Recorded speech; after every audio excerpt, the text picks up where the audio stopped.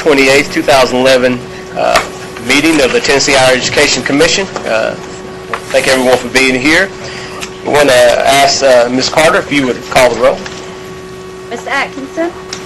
Mr. Bone? Present. Mr. Hargett? Present. Ms. Hayes? Present. Mr. Isaacs? Mr. Johnson? Present. Mr. Kinsey? Present. Mr. Lillard? Present. Mr. Mann? Yeah. Dr. Nixon? Present. Mr. Rowland? Present. Mr. Walden? Present. Mayor Warden? Mr. White? Present. Mr. Wilson? Mr. Chairman, we have a quorum. Thank you. Again, welcome, and we're going to entertain a motion to approve the agenda as presented. So move, Mr. Chairman. Is there a second? Second. Motion and a second to approve the agenda as presented. Well, if you would just call the roll, please. Actually, I think we can do these. We can do a voice vote. We can do a voice vote. All in favor say aye. Aye. Opposed, like so. Thank you. Okay, now we'll entertain a motion to approve the minutes from our January 27th, 2011 meeting. So move. Okay, we have a motion second to approve the minutes from our January 27th, 2011 meeting. Okay, we'll do a voice vote. All in favor say aye. Aye. Opposed, like sign. Thank you. We're now ready for my report, and I just want to let you know that we had a great working session this morning. Heard a lot of information, of which you'll get to hear some this afternoon. And I guess I'm always excited to hear about the county profiles. I represent the 1st Congressional District, and I'm always excited to see how we are improving within our counties in that district. So it was really exciting. Also, for those who are not commission members, we did get in our packet an article that from a presentation that Dr. Rhoda presented to the Tennessee Municipal League. If you get a chance to take a look at this, this is a very good article about how the Complete College Tennessee Act works in partnership with the business community so that it will continue to encourage and to do whatever we can with regard to higher education to spur economic development. So it's a very good article. Congratulations, Dr. Rhoda. Wonderful presentation. We may have some extra copies of that somewhere around the office. There you go. And we have it signed. And he will autograph it for Yeah, you. we will autograph. Great article. Okay, Dr. Rhoda, it's now time for your executive direction. Okay. Well, thank you, Mr. Chairman and members of the Commission. Welcome to all, and welcome to our guests. My report will be brief, and just to know where this is headed, I'm going to conclude my remarks with a few words about the Complete College Tennessee Act, and then when I defer to Chancellor Morgan and President DiPietro, they also, in part of their remarks, will be talking about that and have presentations as part of that. I'd first like to recognize Brian Johnson. Brian is there behind Mr. Mann. Brian is the assistant provost at Austin Peay State University, but he is with us this year as a Maxine Smith Fellow. And through that program, he benefits from being with us, arguable, but we certainly benefit from him being with us, and he's gaining another perspective on higher education administration and the kind of work we do. And of course, we then have his expertise and his campus perspective. So Brian will be working with a number of staff, senior as well as all staff, over the course of this year, and we're very glad that he's with us. Also, I guess in recognizing individuals, it dawned on me that, Ross, this is going to be your last meeting as a member of the Commission, and we certainly have appreciated your service these past couple of years. It's gone by quickly.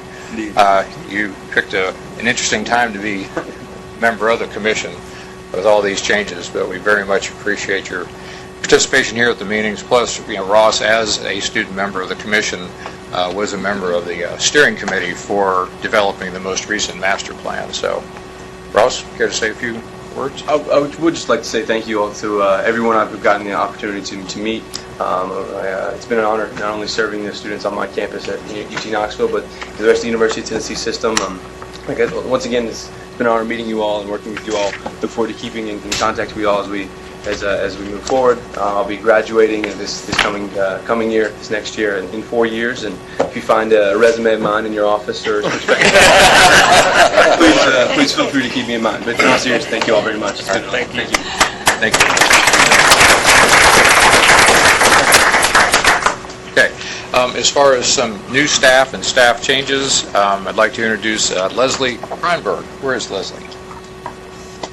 Leslie is in the master's program in public policy, higher education administration at Vanderbilt, and is working with us as a graduate assistant, working primarily in the Gear Up area with Katie and her staff.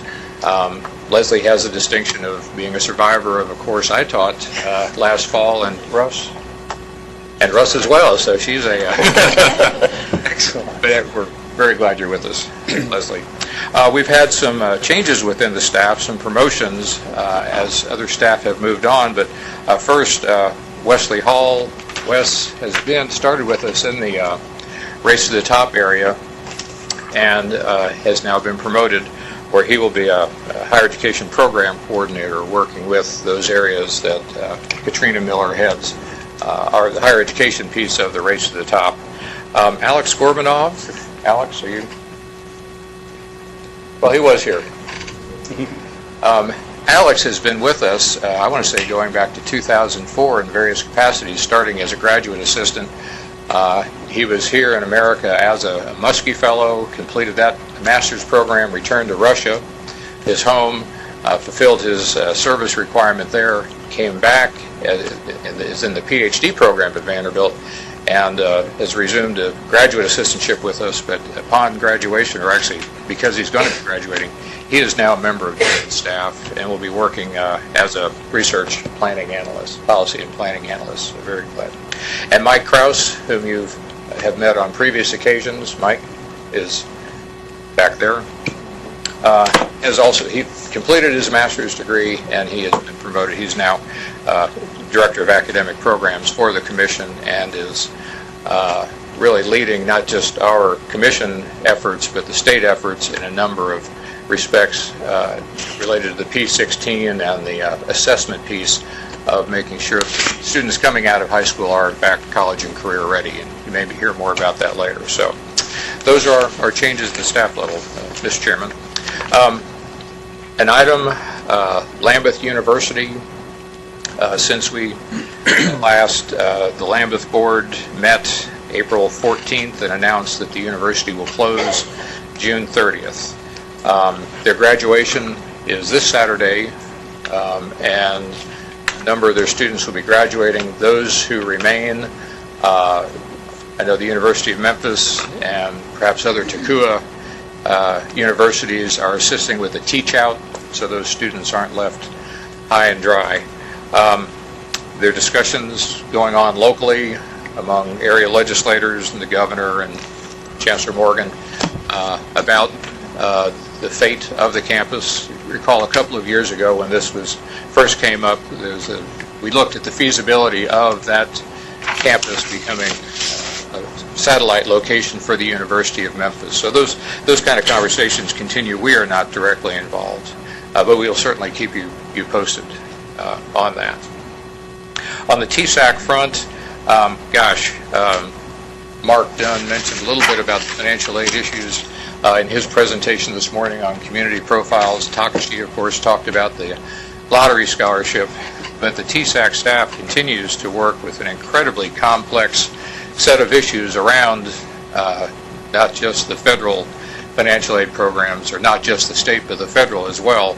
The annual meeting of TASFA, the State Association of Financial Aid Officers, was just a couple of weeks ago. Tremendous turnout there, just financial aid officers, public and private, from across the state, and just dealing with a lot of uncertainty right now. You're aware of the Pell program has been in the spotlight on the national level, and possible changes there that are being discussed. The continuing resolution that was adopted recently maintains the maximum Pell Award, the maximum amount. It eliminates the year-round program provision. So those kind of trade-offs. But overall, to the extent that there's a trend, it's been cutting back on that program.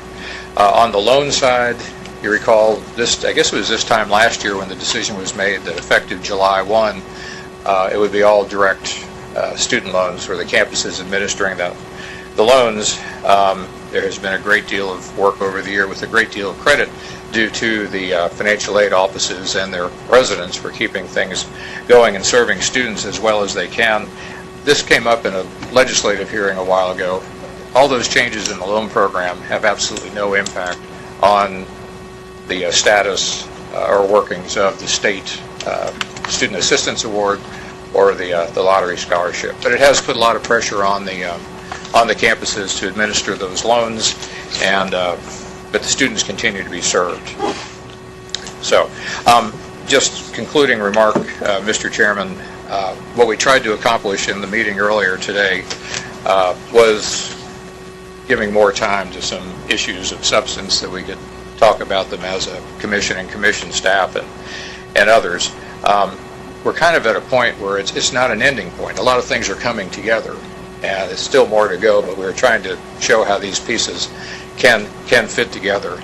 And it kind of goes back to that framework that we were very used to, and that guided our last master plan, actually. But the whole thing about trying to keep in focus and the interaction between how well students are prepared, how accessible are the campuses, how well do the students participate, how well do they succeed, affordability, completion, all of those issues. But our new umbrella, if you will, is the Complete College Tennessee Act. So virtually everything we've done for this past year has been through that lens, if you will, about complete college. Later today in this meeting, we'll be talking about Race to the Top. You know, that's the link, very, very strong link, where the two worlds come together of K-12 and higher education, and working with Gary Nixon and the State Board, as well as the Department of Education. You'll hear about a lot that's been accomplished, those two working together. And I guess one last thing about that, one thing that Complete College has done, I think, for all of us, given us focus under some circumstances that without it, I kind of wonder how we'd be reacting, because I know the funding situation would be the same, and we would just be behaving a lot differently. So this has been a very positive about keeping us trained on what the big goal is here. But it's also given us an opportunity to collaborate more. I think we've always had a high level of cooperation within higher education with K-12, but it's even more so. And just a couple of examples as we're working through all this. On the Race to the Top front, part of our responsibility is professional development for K-12 teachers. And we, through the good work of Katrina and her staff, there are 21 public and private colleges and universities hosting training sessions for a total of 6,000 K-12 teachers about the new evaluation procedures that are in that act. So that in itself probably would not have occurred with all of these things. And in the vein of collaboration and cooperation, I want to thank those presidents and their campuses, East Tennessee State, University of Memphis, Pellissippi, invited Russ and David and others to come to campus to work with their leadership groups on the new formula and how that works, what they should be thinking about. We've also met on the campus of Austin Peay, Nashville State, and Tennessee Tech, kind of focus groups about where we should be going next as it relates to the a grant that the Complete College America has presented for us. So all that is to say that there's a lot, as you are very much aware, a lot going on, I think, in a very, very positive way, and some very good things will happen. So, Mr. Chairman, that's my report. Thank you so much, Dr. Rhoda. Great report. You're exactly right. This is a tremendous time for higher ed, and it's a blessing and an opportunity to be part of this commission during this time. We're going to call on Chancellor John Morgan at this time to give us a report from the Regents. Thank you very much, Mr. Chairman. It is a pleasure to be here, and commission members have some good things to report to you, I think. And I'll be brief because we have some folks here that I want you to hear from that I think you'll find much more interesting than me. But a couple things I would like to highlight. Over the last few weeks, some pretty exciting things have happened within the Board of Regents and our universe. One was the first ever Faculty Research Development Conference that Dr. Paula Short organized for faculty from across our system. I think there were over 120 participants, really bringing folks together to talk about the research activities that are going on, specific research projects, how to pursue research interests that faculty members have. And it was a well-attended, I think quite successful first attempt, and I'm pretty confident that there will be a second conference next year and for the foreseeable future. Another thing we did that was kind of a first of process was we had a board retreat, which I think, at least to the memory of those who participated, it was the first time we had ever done that as a board. And really the idea was to go and really sit together, think about the Complete College Act and how that suggests changes in the way that we have done our business at the Tennessee Board of Regents in the past, to either reaffirm that we're doing the right things or explore opportunities for approaching our business differently in light of Complete College. It was an excellent opportunity for us. It was a facilitated discussion. Dr. Rhoda participated in that and was really a great participant and added much to the conversation. And we came away, I think, with a much better sense of the kinds of things that we ought to focus on in this environment in order for our system to be more successful. So that was a pretty neat thing. It was I think quite enjoyable by everybody and will yield benefits for us. One of the things we did at the meeting immediately following the retreat, our quarterly board meeting took place, and we gave final approval to our strategic plan called Charting the Course that embeds within it student success goals that we believe align pretty well with the public agenda master plan that THEC has adopted and focuses us on the completion agenda in a way that brings both quality and resourcefulness to the table as well as completion, and gives us what we think will be a very effective roadmap going forward as to how we're going to proceed and make the progress that is anticipated and expected of our system. The last thing I will mention before turning it over to our guests is that we did have our budget hearings in both the House and the Senate. I think they went reasonably well. It's always a little bit hard to tell. But it was a good conversation, good discussions, and it gave us an opportunity to really highlight those things that we're doing about Complete College. And as part of my presentation, I went through a fairly lengthy list of initiatives that are going on each of our campuses and across our system as a whole, really designed to ensure that we're meeting the challenges of Complete College, and not because of anything I've done, but just looking at that list, it was pretty impressive what our campuses are doing and the activities in which they are engaged. And that led to a suggestion that it might be nice to highlight a couple of those activities at this meeting, and it is my distinct pleasure to recognize President Tim Hall from Austin Peay and his provost Tristan Denley to talk about what they're doing at Austin Peay. And it's I think you'll find it to be pretty interesting and innovative activity, which is one of the many innovative and interesting activities that is going on across our system. But with that, President Hall.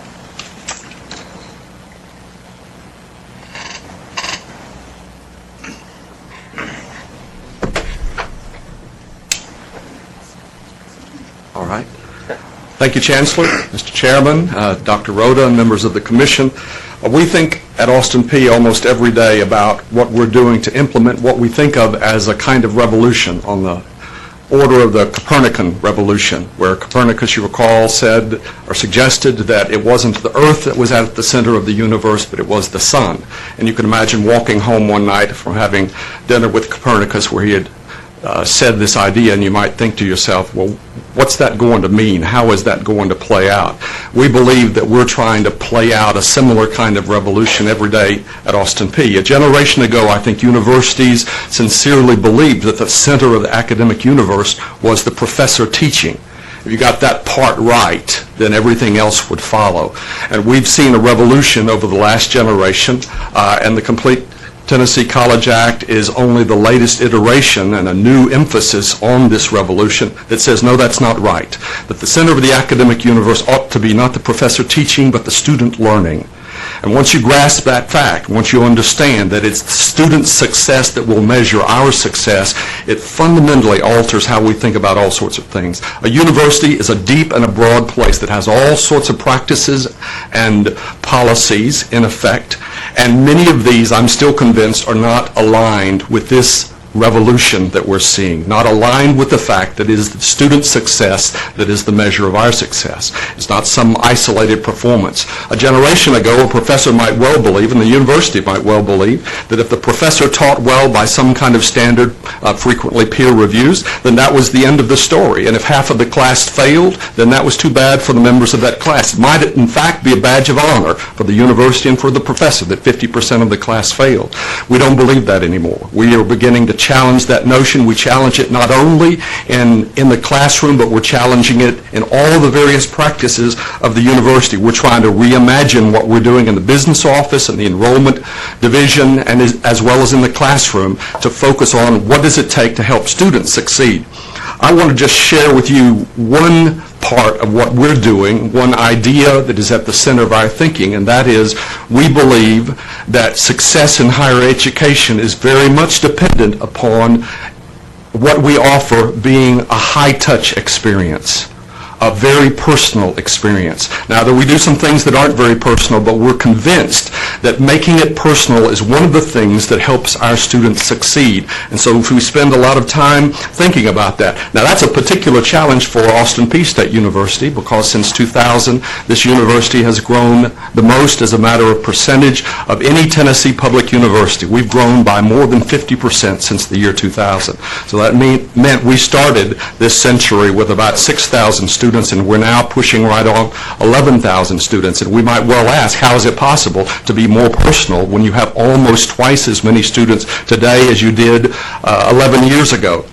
So we have to work hard on that. And one idea that we're just going to explore with you here today is how we make education personal, how we make it high touch, even though we're growing rapidly and even though we have less resources than ever to try to deal with all the students who are rolling towards us. We're trying to use technology as one of our allies on this point.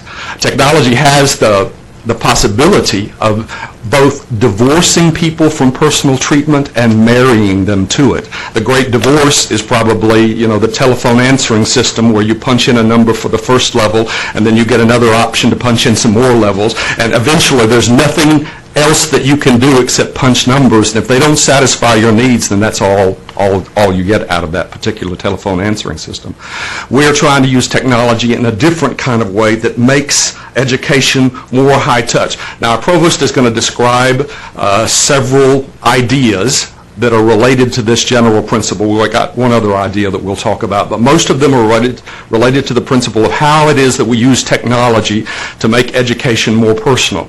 And I'll just share with you in my closing right now, it's possible, I suppose, to be too personal. I've got an iPhone here, and the provost will talk with you just a little bit about an application for the iPhone that our students wrote for Austin Peay. We think it's the first in Tennessee. We've also our students have written one for the Android platform that gives them a portal to the university through their smartphones. Now, I'm just going to share this idea with you.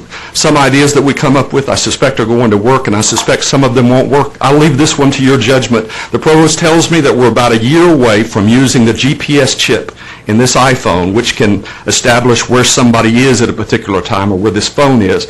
We're about a year away from being able to send students who opt into a notification system the following message. We'll send a message that says, we noticed that you're still in your dorm room. Don't you have chemistry now? I suspect that one's not going to go over very well.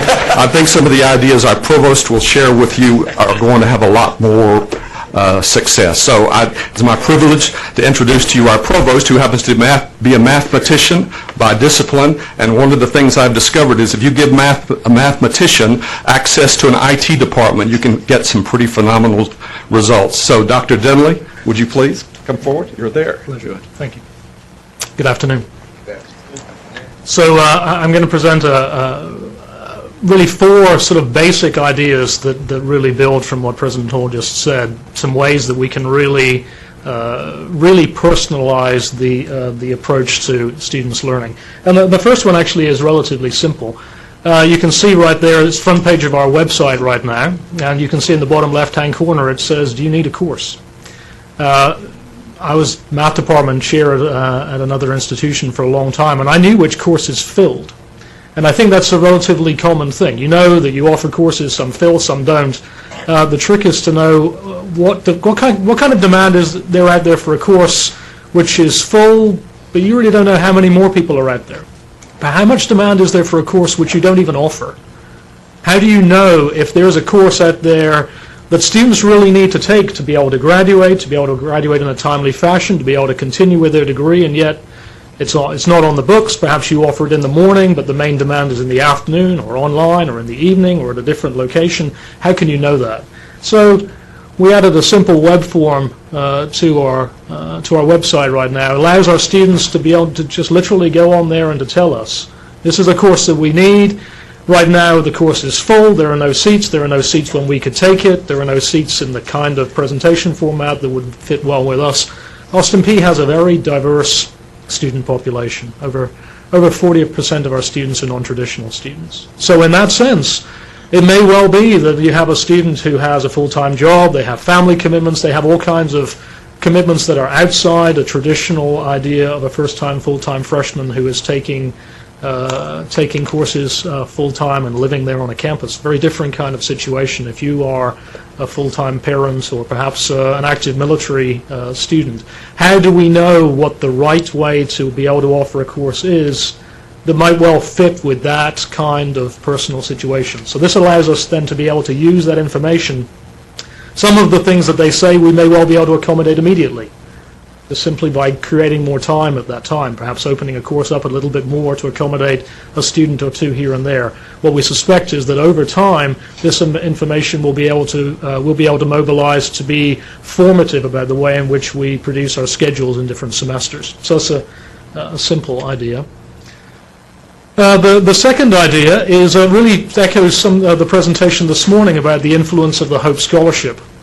One of the things that we did last year was that we made a tremendous effort to try to encourage students to make a schedule before they left our campus. I think the thinking often is that there's a long summer and students can kind of make their schedule at their leisure. Instead, we really encouraged them to try to make a schedule while they were still on campus and they could get the advice of faculty members and the advice of staff members and the advice of their peers too. At the end of the summer, what we recognized was there were some students who had absolutely, they had schedules, they just didn't come back. And there was a sort of a puzzle to this. They had perfectly reasonable schedules, they were all signed up to come, but what happened? And when we did a little bit of digging, we realized that these were students who, when they signed up for their schedule, they had a Hope Scholarship. But the following fall, they did not. Their GPA, when the grades came out in the spring, had taken them below that 2.75 benchmark, and so consequently at that 24-hour mark or the 42-hour mark, they had lost their Hope Scholarship. And the financial impact of losing that part of their tuition package was enough for them to come back, not to come back. And my suspicion is that there are other issues about that too. A conversation with a parent that where you have to explain, what do you mean you lost your scholarship? Those are hard conversations to have. And those students didn't come back. Many of those students missed out on having their Hope Scholarship by a very small margin. Perhaps they ended up with a 2.73 or 2.74, but that's still below 2.75. And we understand that threshold. So this idea is an idea that we will be implementing this summer, where we will identify some students who have recently lost their Hope Scholarship, but lost it by a small margin. And then we are going to introduce a year-long initiative to attract them back to campus and try to help them to regain their Hope Scholarship at the next benchmark. So in other words, these students, they will select into this program, but we will give them a small scholarship, not as much as they would have if they had the full Hope Scholarship, but perhaps enough to be able to bring them back to campus, even though they have that loss of funds. And then we will work with them on study skills, tutoring skills, all of those kinds of things. These students will be a semester of Bs away from regaining their 2.75 GPA. If they are willing to do that in the fall, then we will also provide that scholarship in the spring, so that then at the next benchmark they will regain their Hope Scholarship and hopefully then continue on to graduate. It's very clear that having that Hope Scholarship massively increases their likelihood of moving on through graduation. So we're quite enthusiastic about how this might play out. The next idea is perhaps a little more radical than both of those. To some degree, they're sort of they're both personal, but perhaps reasonably standard. I put up a sort of a slide about Netflix. I don't know how many of you use this Netflix service, but it is a widely available movie rental service, and I'm sure you're also familiar with Amazon.com that sells books. Both of these services have the trademark, I think, of being able to mobilize data, mobilize previous customer or preference data to be able to make intelligent suggestions about the future. Netflix suggests movies that you might enjoy watching. Amazon suggests books that you might enjoy reading. And so recently we have developed an analogous kind of idea which suggests courses that students would do well to think about taking. Let me explain how that might play out. This idea is not, as these both are, based on preference data. Instead, the idea is to use actual student grades, their actual university transcript, to make suggestions about what kinds of courses would be well suited to the student in the future. So let me show you kind of what that looks like. This is actually live on the secure side of our students' one-stop. That's our campus management system. And so when a student logs into their home page, then up pops this panel where we're the governors. So our mascot makes some suggestions of courses that they might well consider taking in the coming semester. You can see it has star ratings next to it. If you hover over the name of the, I believe that's a verb these days, right? One can hover. So when you hover over the name of the course, it pops up a panel that tells you about the course description, any prerequisites that might be. And if you click on the View Sections, then it comes up with when those courses are available in upcoming semesters, so you can see when it might be that you could take that course. So now let me talk a little bit about how it is that these star ratings are arrived at and what puts a course on here. So first of all, this system will only suggest courses that are required for graduation, in the sense that every course that is listed here satisfies some academic requirement that's part of the student's academic program. From there, then this is perhaps a rather large list. From there, we then narrow it down to courses that are more central as opposed to less central. Clearly, it's not very much use to suggest that a student takes Calculus 4 if they're not taking Calculus 1. And so there is, in that sense, a sort of a sequence to the courses that you might want to suggest. And then finally, we really want to suggest courses that the student, we have evidence to imagine that the student would be more academically successful rather than less. So we have a grade prediction engine that is part of this idea that actually uses hundreds of thousands of previous student grades and combines them with this actual student's transcript and makes predictions about the grades in the courses they have not taken yet. And so all of that is then put together to try to come up with a list of the top 5, 6, 10 courses that should be kind of on the top of their mind. So, as President Hall said, this is just about also within the next few weeks to roll out on our iPhone app. So the students will be able to see right there on their smartphone what kinds of courses we might like to suggest to them. And really, the idea here is not to automate advising. It's not to take the human element of advising in advising away, but instead to add a new tool. And I'll sort of give you the sort of flavor of this. I was a mathematician, active mathematician for a long time. I advised a lot of students in mathematics. I knew what mathematics courses they should take, but they have to take other classes too. And so how do you then say, okay, you have to take a social science? Well, which one should it be?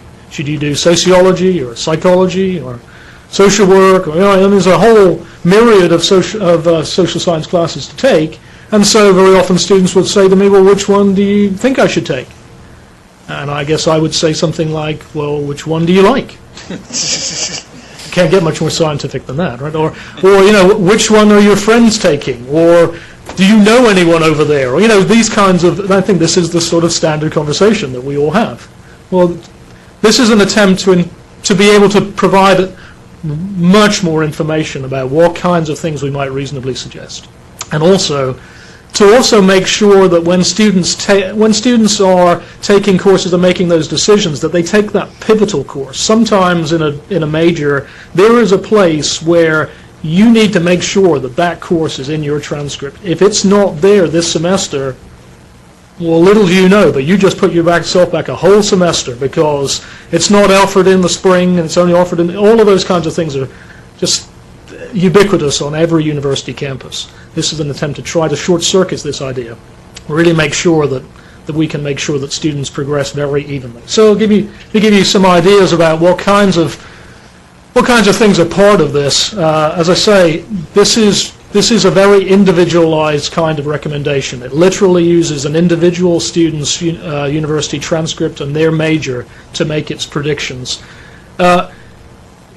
It is literally based on programmatic needs, so it's only going to suggest things that someone needs. It is not going to suggest things that are outside their program of study, and it uses a very sophisticated grade prediction engine. It really does predict grades, and it does so really very surprisingly accurately. We ran the predictions in the fall against the grades that students at Austin Peay actually got, so we sort of tested it out. Of course, the students hadn't seen it at that point, but we still were able to test it. And on average, the grade which the student actually received was within about half a letter grade of the grade which they were predicted to get. So that's a reasonably good prediction. 90% of the time that the software suggested that the student would get a C or better, they really did. I mean, I think everyone would be content if I predict that you'll get a C, but you actually get an A. That's kind of that's an okay error. So it's important for us to be suggesting courses that students are likely to succeed in. And then the last one I think is sort of interesting. The Netflix effect. Netflix touts that their engine will suggest movies which on average you will like about a half a star better than movies you pick for yourself. Sort of seems odd, but that's what they suggest, and they bear this out. So the same kind of idea happened when we compared what happened when students took courses that would have been recommended to them and compared it with the actual real grades that they got on courses that would not have been recommended. Of course, at no point in here are we going to list up courses that we say, whatever you do, don't take this. But it simply will not appear on the list. And so we saw this same thing, that on average, students did about half a letter grade better on courses that were recommended rather than not. And when you think now, let me cycle back to the regaining hope idea, that we have students who lose their Hope Scholarship by hundredths of a percentage point. Half a letter grade now makes a big difference. And we really can significantly touch the lives of many, many students by being able to influence their progression like that. And there's lots of different uses, and I'll just show you one. Just in the fall, actually, we contacted students who had signed up for 12 hours in the spring, and we suggested that they might well think about taking an extra course in the spring, because the way in which the tuition schedule is set up, it's significantly cheaper to add that extra course than to just take it afresh in another semester. It's $500 less. And clearly we wanted to encourage students to be taking 15 hours. They progress much more quickly through their degree. And what we found, of the 2,000 odd students that we contacted, about 10% of them actually signed up for another class. So that was nice. This summer we will do the same, but now we will actually be able to suggest courses that they should think about taking. So rather than just saying, why don't you take a class, we'll be able to say, why don't you take a class and maybe you should think about these. So thank you very much. Be happy to answer any questions if you have any. Go right ahead. Sir. I actually downloaded the Droid app on my phone while I was sitting here, and I discreetly passed it to Ross, and next thing I know, Chairman White had my phone. Playing with it, too. I thought it was your phone. But I will say it was a very impressive app. There were a lot of features on it that I would love to be able to have on my phone as a student at ETSU. Do you know how many downloads that has had so far? How new is that, I should say? So the Droid app has been out for about, it's been fully launched for about a month, and we think about about 1,000 people have downloaded that Droid app. The iPhone app we launched in August in time for the incoming class, and about 3,000 people have downloaded that. So altogether, if you like, Austin P has roughly 11,000 students, and about something like 2/5 of our students have actually downloaded that app. And what's been your participation rate on the Need a Course link on your homepage? When I checked it actually before I left this morning, our students have been signing up for about the last couple of weeks, and there are about 70 or 80 requests. So it's a sort of a double-edged sword. On the one hand, we would like students to use it, but if we have an enormous number, well, then there's a real problem. So 70 or 80 seems manageable, and there's a lot of good data there. But that's all very, very impressive, so thank you. Thank you for sharing.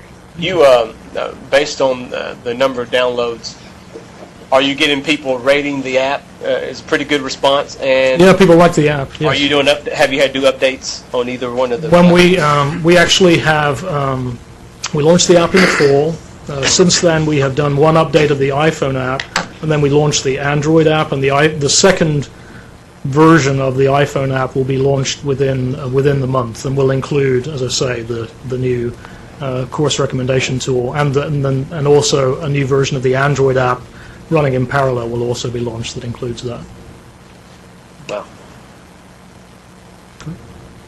Thank you very much. Thank you, Press.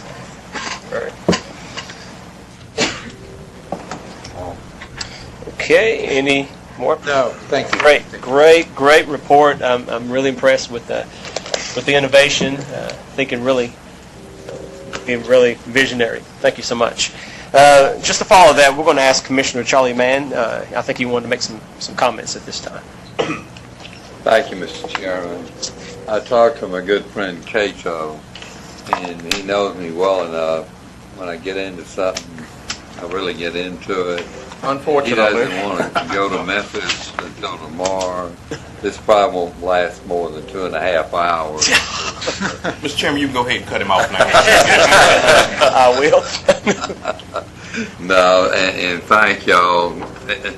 Is that I had mentioned at the last meeting of a 58-year-old lady that had lost her job down in Pulaski, which is down in my area, and she had the fortitude to go back to nursing school, became a nurse at 58.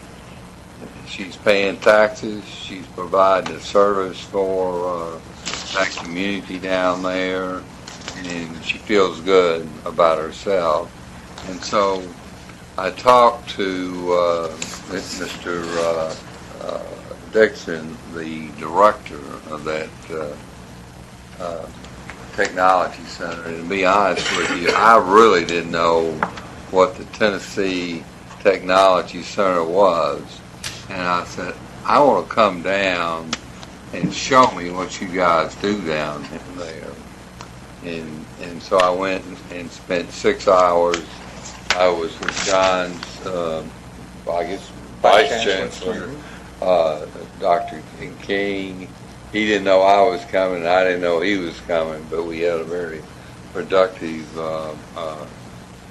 conversation. And to give you some idea, this is one of their brochures, but what they are doing, they're teaching advanced manufacturing, education, computer information technology, computer operating systems, and network technology, and it goes on and on. Plus they have a nursing program there, which is a tremendous demand and need for nurses in the state of Tennessee.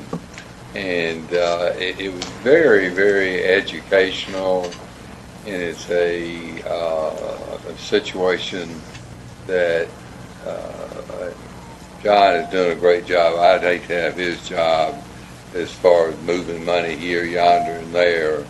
And he and I have talked about it, so it's no surprise to him. But what I did, I asked for bullet points. And this is an educational thing. If you spend money, you want a return on your investment. You don't spend money to lose money.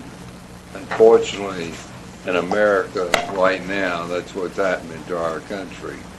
America is in trouble. And what they're doing down there, they're providing jobs and advancements of the state of Tennessee. But let me just share with you very, very quickly as Mr. King outlined that day, the Tennessee Technology Center are indeed a national model that other states are trying to emulate. However, there are several issues that will have direct impact in the near future on the ability of our centers to meet the training needs of the communities we serve. And these are rural community areas, which I live in Santa Fe, Tennessee, outside of Columbia. I have itemized concerns that have us here at the Tennessee Technology Center at Pulaski quite perplexed about the future of our institution. For the 2011-2012 fiscal year, we will receive $247,000 less in state appropriation funds. This cut in funds, along with the loss of tuition due to the program closing, will result in a total loss of $302,000. So it's a double-edged sword. You cut these programs out, and you lose your tuition that helps fund these programs. Revenue to operate our institution for the coming school year. Budget cuts planned for 2011-2012 include 3 instructional positions: practical nursing, which is a program, computer operation, system network technology, and tech foundation. In addition, 1 career placement counselor will be cut from our student service department.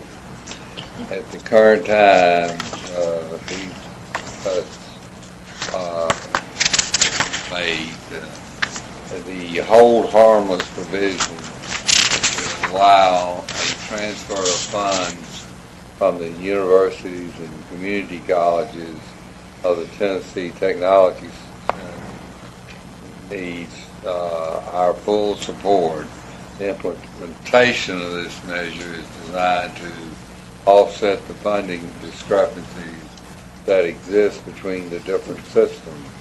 The current plan is for funds to be transferred over a period of 3 years. However, universities and community colleges work to extend the time frame to 5 years.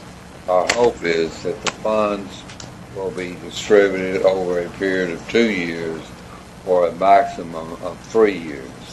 These funds will be instrumental in replacing a portion of our cuts in state appropriation.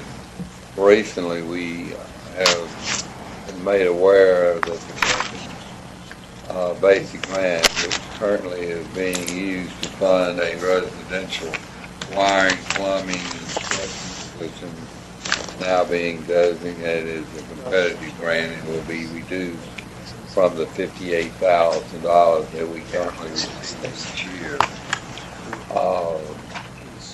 As you see, our major concern centers around the decrease in funding that will impact our center begins in July of 2011.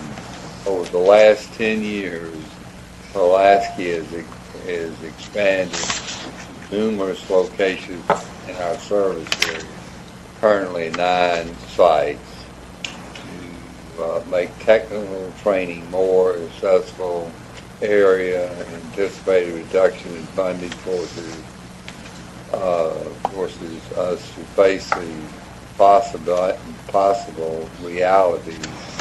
Pulaski will now have the necessary resources to maintain the level of outreach that has been known during the last decade. What they're doing, they're taking existing workforce and training them to be better, where we can do things here in America instead of sending it to China, instead of sending it to Mexico and whatever. And John, like I said earlier, I wouldn't have your job, but I think that we are involved in the Tennessee higher education, and we're very concerned about the state of Tennessee. And I was with Bob Corker last night talking about some of these very things, is that we need to realize what's going on and do the best we can. So, Mr. Chairman, thank you. Okay, thank you, sir. Thank you. We're now ready for Dr. DiPietro's report from the University of Tennessee. Thank you, Mr. Chairman, and members of the Commission. You can blame me for moving Commissioner Walden's phone around the table. I actually thought it was the President's and not his.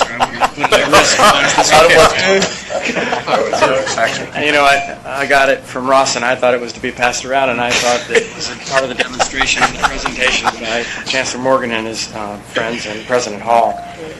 I think the 3 things I'd like to cover today with you include a few highlights about my first 100 days in office and the kinds of things we've been getting done. I also want to focus a little bit on the UTK Top 25 initiative, and I also want to introduce Sally McMillan, Vice Provost for Academic Affairs at the University of Tennessee, Knoxville, and I have with me the Provost from the University of Tennessee, Chattanooga, Phil Odom, who will talk about what they're doing with summer school this year from the standpoint of changes that will help completion and retention efforts at those institutions. As far as highlights, like John, I'm happy with the budget hearings we've had. We'll see how it all pans out in another month or so. But there's some good things about that budget. We've got salary money, the biofuels initiatives in there, which is vital to a part of our institution.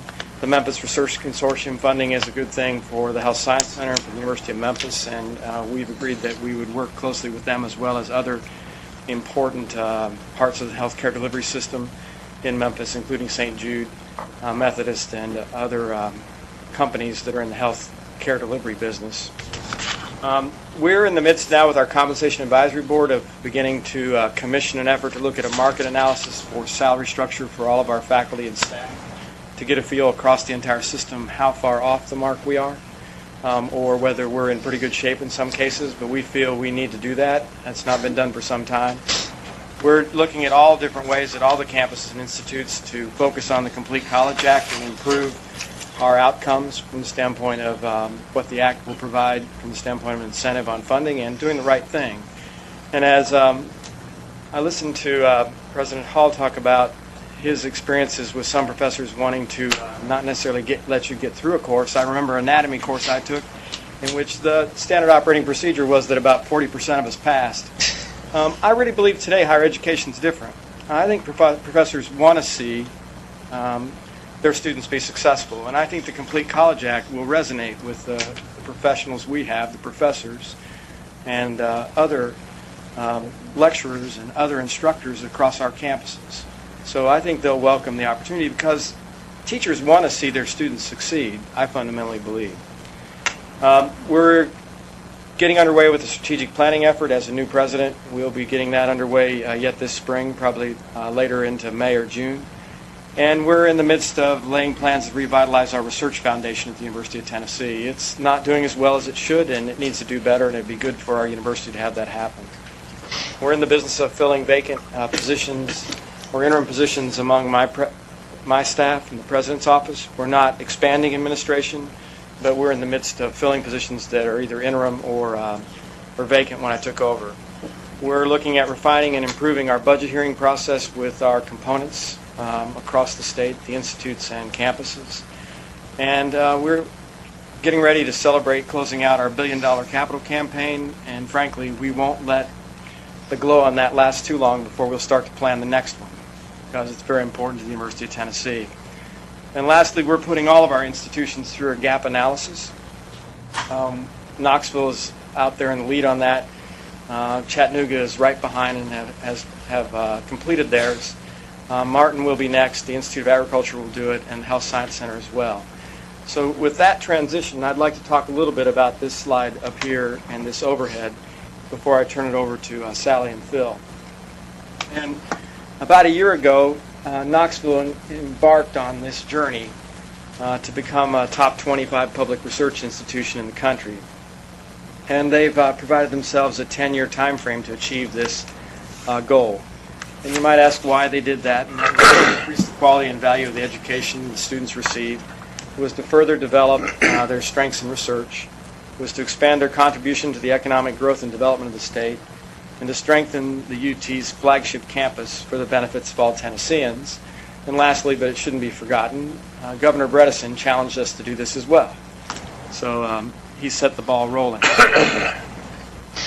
In doing so, UTK benchmarked itself to 27 public research universities that rank higher than they do within the U.S. News and World Report rankings. From that group, they chose institutions like the University of Georgia, Clemson, Purdue, Rutgers, University of Minnesota, Texas A&M, Indiana, and Michigan State. These schools were ranked between 21 and 30 within the U.S. News and World Report's rankings. Then they performed a gap analysis, and the gap analysis that you see presented here has 5 areas: undergraduate education, graduate education, research, faculty and resources, and infrastructure, and it includes 12 measures. And I'd like to quickly walk you through these analyses. In the one category, you can see over on the right the column with the stoplight.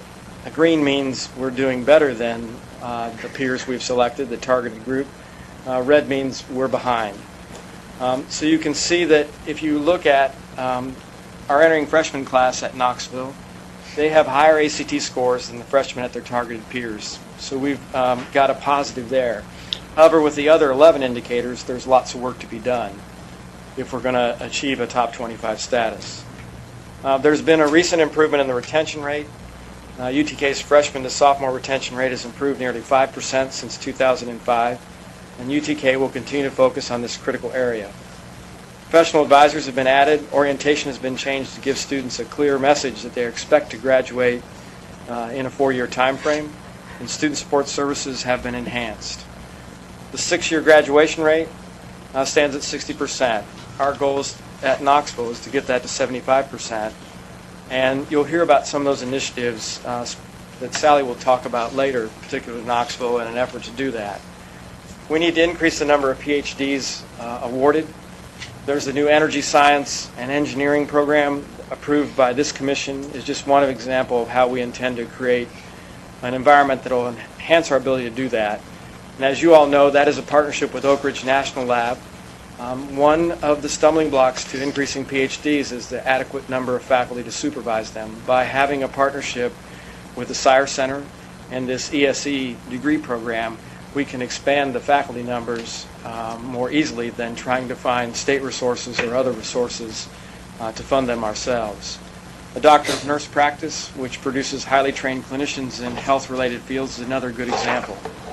Research is a very tough nut to crack because if you look at the distance we have to climb there, a negative 112 million or a minus 262 million, that's a very, very challenging gap to close.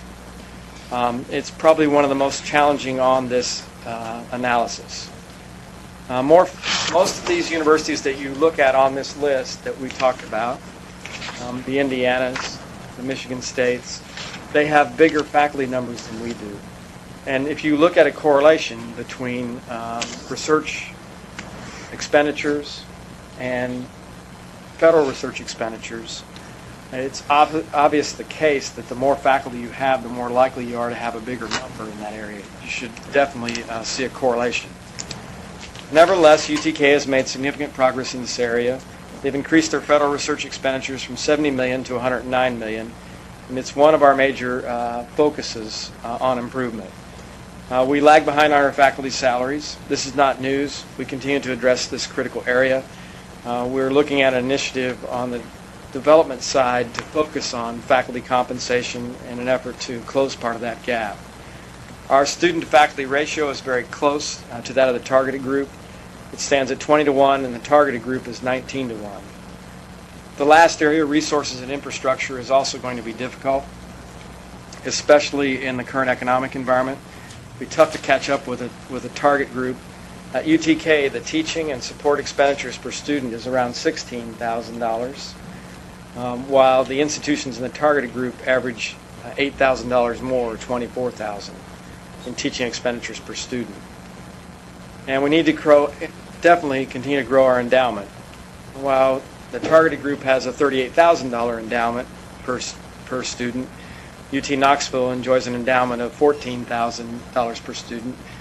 The recent passage of the legislation here in Nashville to allow us to develop a new foundation that will allow us to put in more development offices on the ground, raising more money for the University of Tennessee, Knoxville, and the other parts of the system should put us in a better position to be more competitive there as well.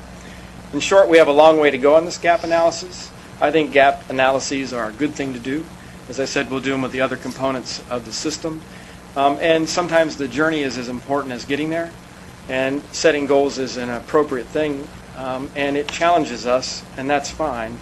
I think it's an ambitious decade-long journey that we're on, and that we'll have to work really hard, but we'll need some luck, and we'll need the support of the state and this commission and our Board of Trustees and others to make it all happen.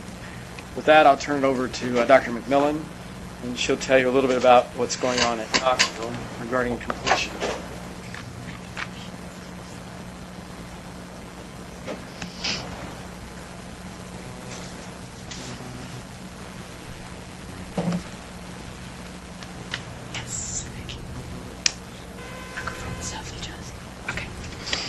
Thank you all very much, and it's good to be here with you. And I do want to talk about summer school in the context of the Top 25 initiative. I've had the pleasure to be working this past year on fleshing out the strategic plan related to undergraduate education at the University of Tennessee at Knoxville.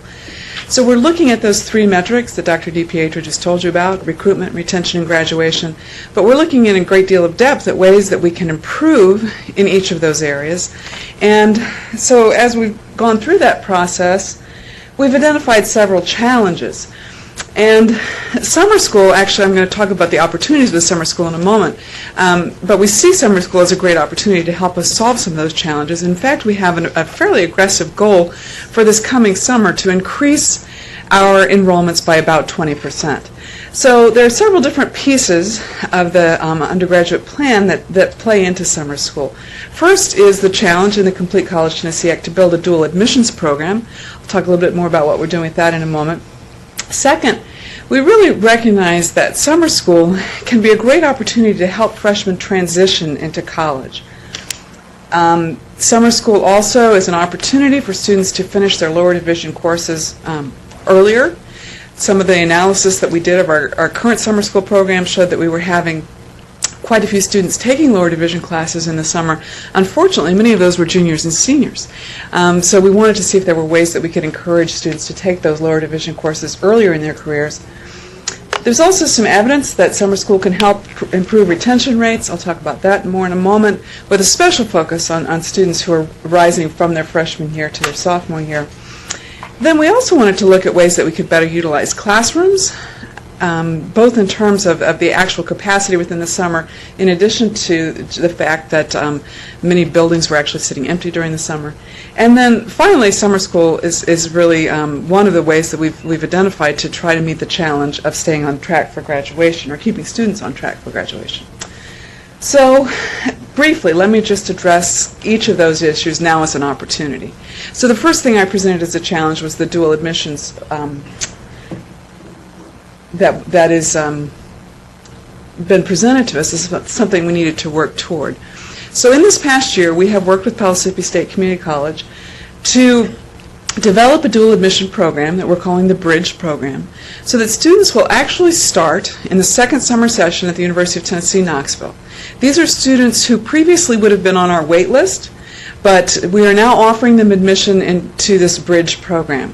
So they will spend second summer taking two very carefully selected courses that are going to help them make the transition from high school into college. These are students who are a little less well prepared than students that we actually admit, but within the range of students that we would have been admitting perhaps as little as 5 years ago. We're giving them some tools during the summer to help them understand what it means to be a college student. We're giving them housing within the dorms at the University of Tennessee, and they will be fully dually admitted to both the University of Tennessee and Pellissippi State Community College. However, during the fall and spring semesters, they will take their coursework only at Pellissippi. There are some expectations of what they'll do while they're there, but if they succeed, then they will be able to transition back to being a regular student on the UT campus. So we're pretty excited about that, and I think the summer component of that is going to be a very important piece. And not only will it help those students with their transition, but it will help us to better utilize our capacity in the summer. Second thing we're doing is we're working on a Jump Start program, also being held during second summer session, in which we're encouraging incoming freshmen to go ahead and move into the dorms during second summer session and start getting acclimated to what it means to be a student at the University of Tennessee.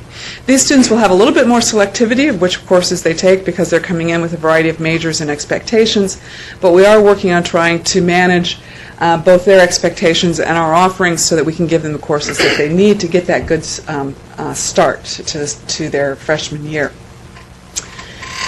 Another thing that we're doing, remember I told you that lower division classes were a priority here, is we're actually offering some scholarships to students who take lower division classes as a way to encourage them to get those classes taken early.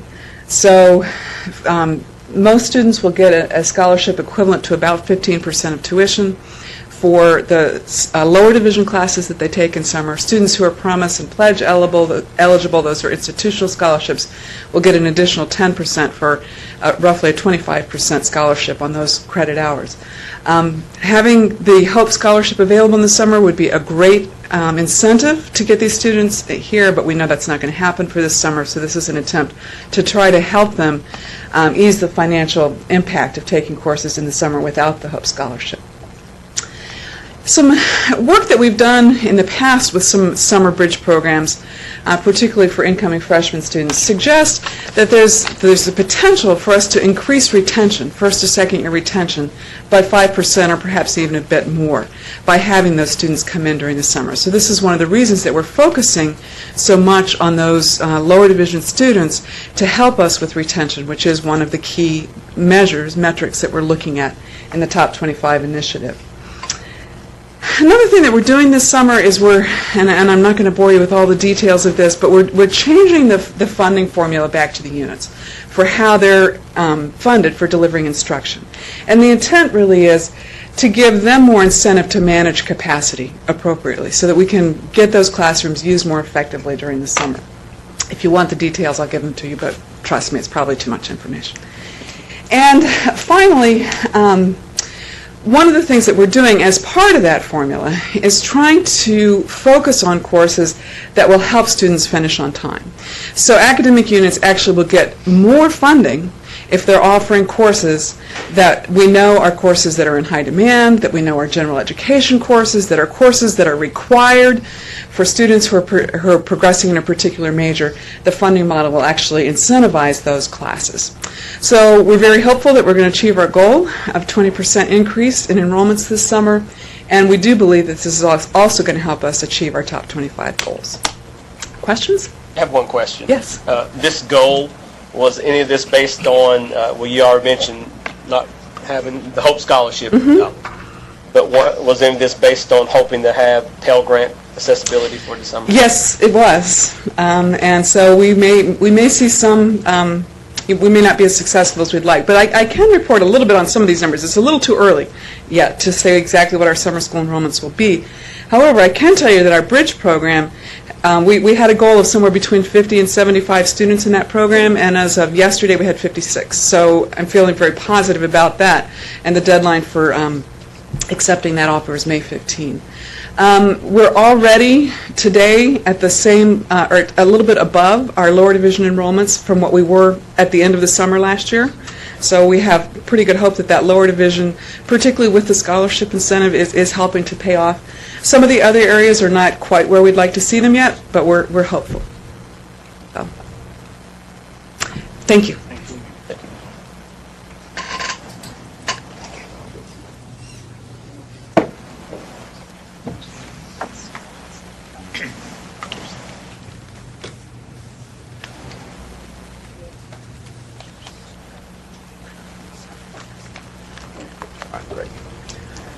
Thank you and good afternoon.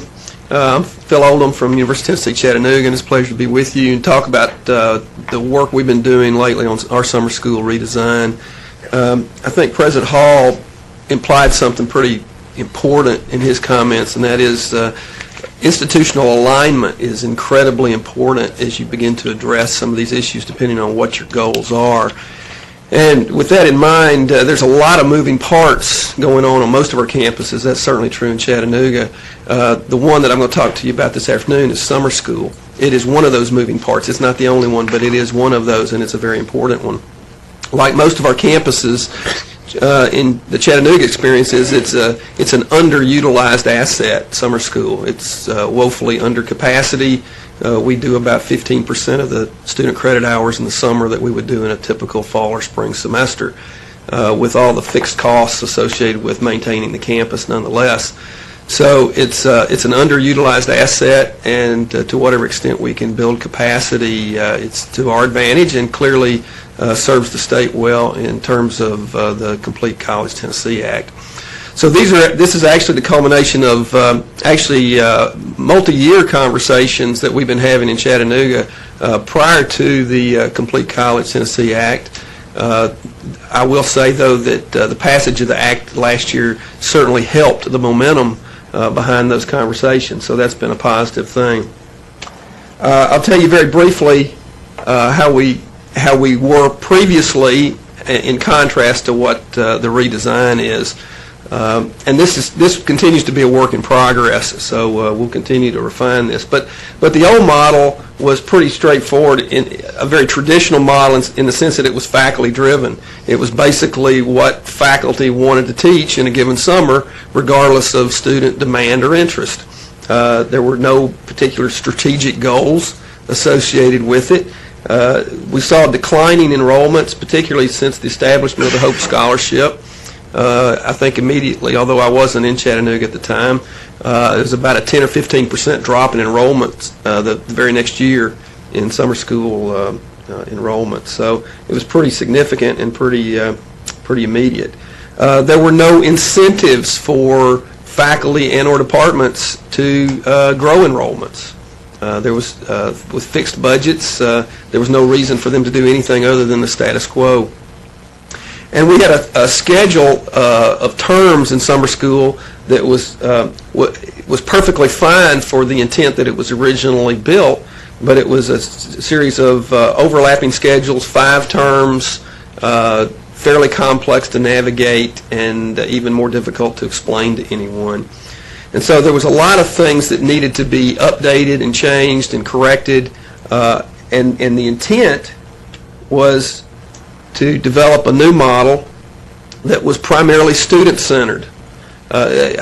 When I set out this and I challenged a faculty task force to look at this, I had two goals in mind. One was it had to be student-centered, and secondly, there needed to be an incentive basis to encourage entrepreneurial effort on the part of the departments and the faculty.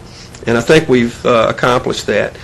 The new model is student-centered. It's driven by enrollment demand and student interest. I think it's strategically linked to the Complete College Tennessee Act and degree completion because of those market forces. Enrollment growth is absolutely expected.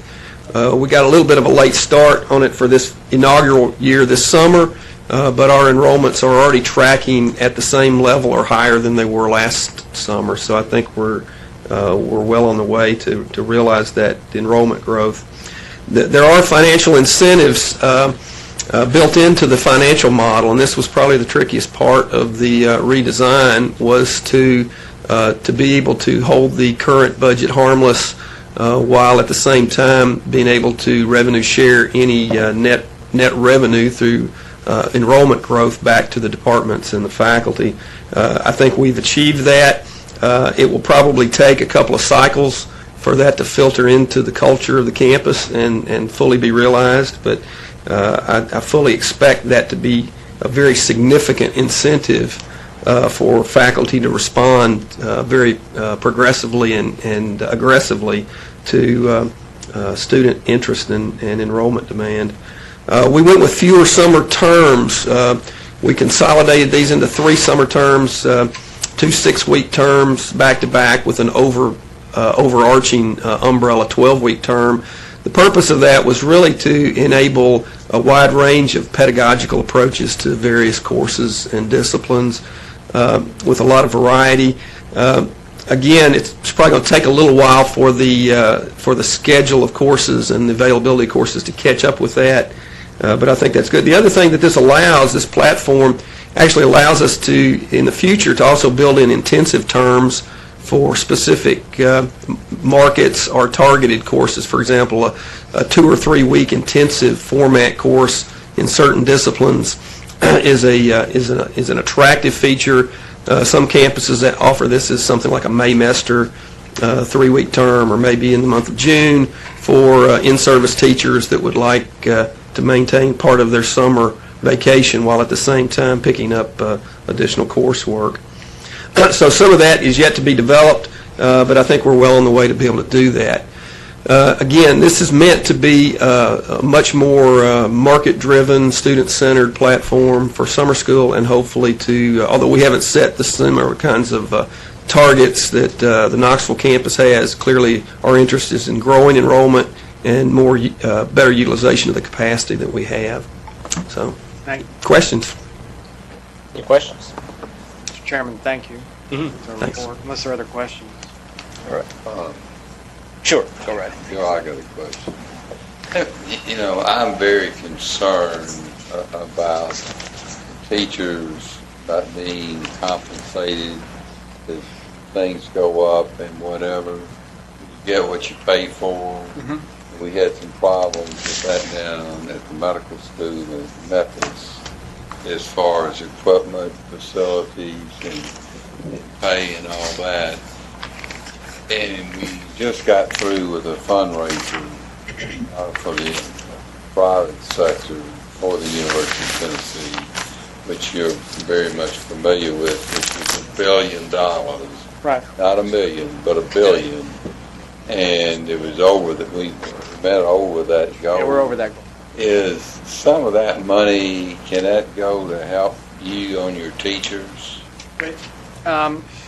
Yes and no. I mean, the situation with development dollars is few donors want to provide you funds that are truly discretionary and up to administration or a dean or a department head to work with to reward professors. But That's probably 80 or 90% of the money comes in designated, Charlie, for something. Could be a student scholarship to help Ross out. It could be for a professorship. We've got an approach on the development side as part of what we're going to call an inter-campaign campaign between the two campaigns, because we'll kick another one off after the $1 billion one closes in about 7 or 8 months. It'll focus on faculty and focus on trying to reward faculty and provide them an opportunity to stay with us and be compensated better and have a better package to retain them. So it'll be a focus of what we're calling an inter-campaign, but we're always looking for those dollars. $1 billion is a lot of money. Most of it's designated, as I said, for some intended purposes. Some of those are on the back of professors, but not to the extent we'd like. Thank you.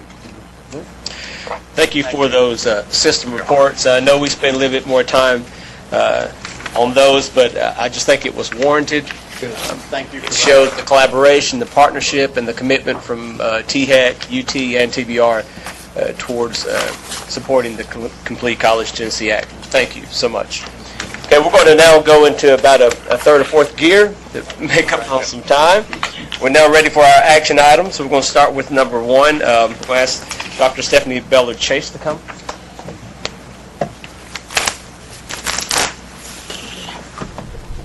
Thank you, Mr. Chair, Dr. Rhoda, members of the Commission. I have 2 action items for your consideration today. The first one is for reauthorization of our institutions. We have 279 for regular authorization, 56 for temporary authorization, 2 for conditional authorization due to a change of ownership, and 8 institutions for conditional authorization because they did not meet the minimum financial requirements. So that is a total of 153 authorized institutions with 345 locations to be reauthorized for the 2011-2012 fiscal year. All right, thank you. We'll entertain a motion. Approval of the items as presented. Thank you. Thank you. Any further discussion? If not, all in favor say aye. Aye. Opposed, like sign. Thank you. Okay. The second item is in sections 1A2 and 1A3 are new institutions and new programs that have been recommended by the advisory committee for approval. All right, thank you. A motion? So move, Mr. Chairman. A second? Second. All right, any further discussion? If not, all in favor say aye. Aye. Opposed, like sign. Thank you. Okay, now Julie Woodruff will do a brief presentation on the new integrity rules from the U.S. Department of Education. Thank you. Good afternoon. I'll be very brief today. Let's see. Just as a quick overview, on October 29th of last year, in fact, I think I put the wrong year on there now that I'm looking at that, the U.S. Department of Education published new regulations that are commonly referred to as the Program Integrity Regulations. The day before those were published, they issued a press release which included a statement as to the intent. That statement focuses primarily on their intent to protect students, to provide better information about the effectiveness of career colleges and training programs, and to ensure that only eligible students or programs are receiving financial aid. The regulations covered 4 broad topics. The first one, holding programs accountable for preparing students for gainful employment, included issues such as providing graduation and job placement disclosures. The second topic there, protecting students, included topics such as incentive compensation and state authorization. The third item was to ensure that only eligible students receive federal funds, and this focused on satisfactory academic progress and ability to benefit testing. The final topic clarifies the courses that are eligible for federal aid and the amount of aid that is appropriate, and covers issues such as written agreements and the return of Title IV funds. Today I'll focus on the second topic, which includes the requirement that institutions be legally authorized to operate in a state, as this is taking up most of the time of our division of all of these regulations. In order order to be eligible to participate in federal financial aid programs, your institution has to be legally authorized. The requirement to be to all eligible institutions include let me restate that. The requirement applies to all eligible institutions and includes, for example, institutions of higher education. In this example, this would be a school such as UT Knoxville, Vanderbilt University, or University of Memphis. The second bullet covers the proprietary institutions of higher education, and it would include institutions such as the University of Phoenix or Argosy University. The final bullet is the post-secondary vocational institutions, and these are public or private nonprofit institutions similar to the first bullet, but the difference here are their course offerings. So the third bullet may include institutions such as the Technology Center at Nashville. Okay, the requirement here is not a new one. However, in the new regulations, the department explained better what it means to be legally authorized. So here is my best attempt to diagram these requirements. On the right side, you start out that there has to be a state process to review and act on complaints concerning the institution. So that's the first thing you see in the rule. And all of this is found at 34 CFR section 600.9. Okay, so the next thing is that the institution has to meet one of those three boxes.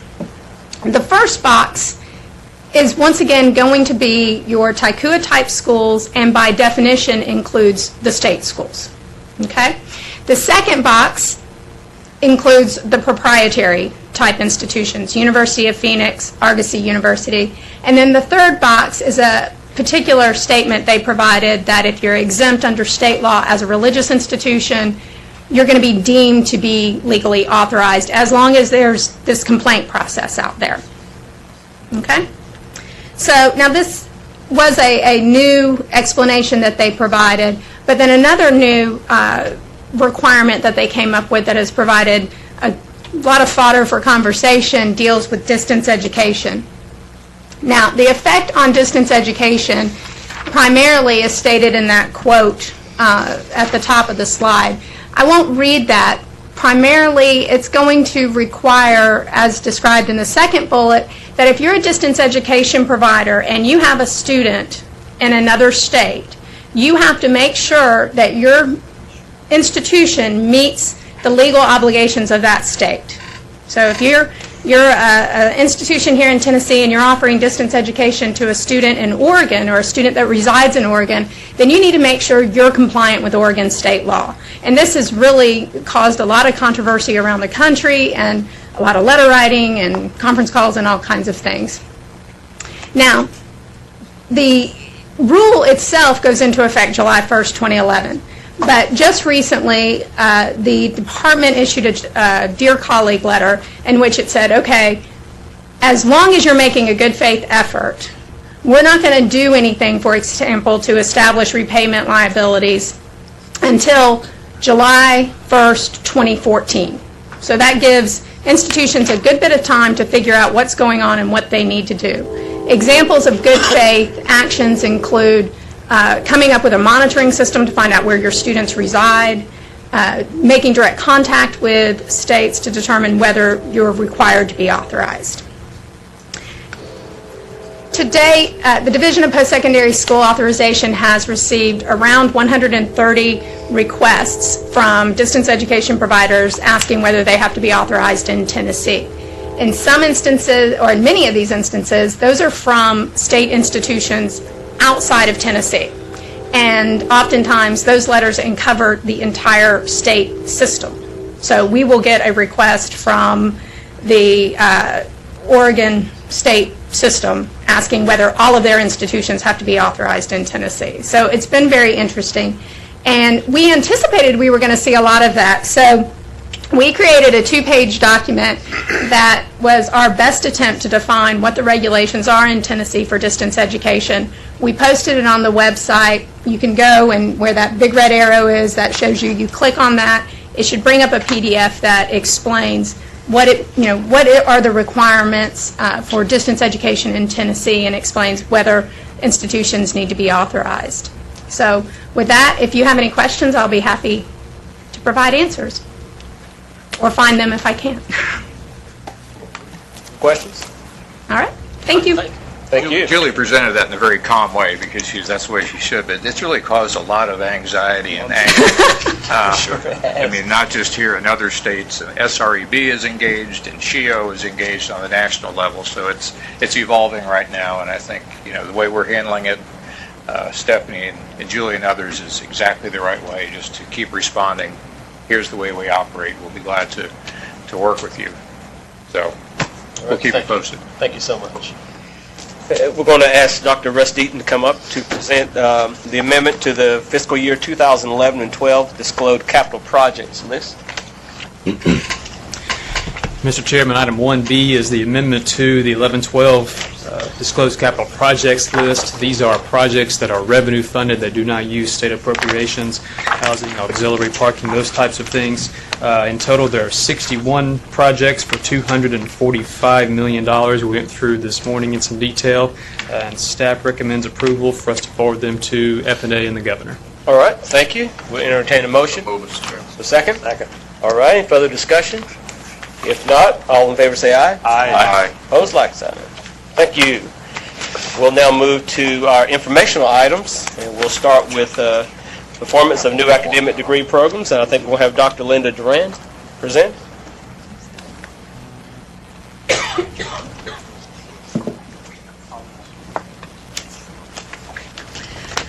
Chairman White, Dr. Rhoda, members of the Commission, you will hear an analysis of new programs that have been approved in the last 5 years to show whether or not they're meeting the expectations of the institutions who sponsor them. This is yet another tool that the Commission wishes to provide to institutions to help them as they make critical decisions about application of resources to new degree programs. I'll ask Mike Krause to present this analysis. Mike developed the report.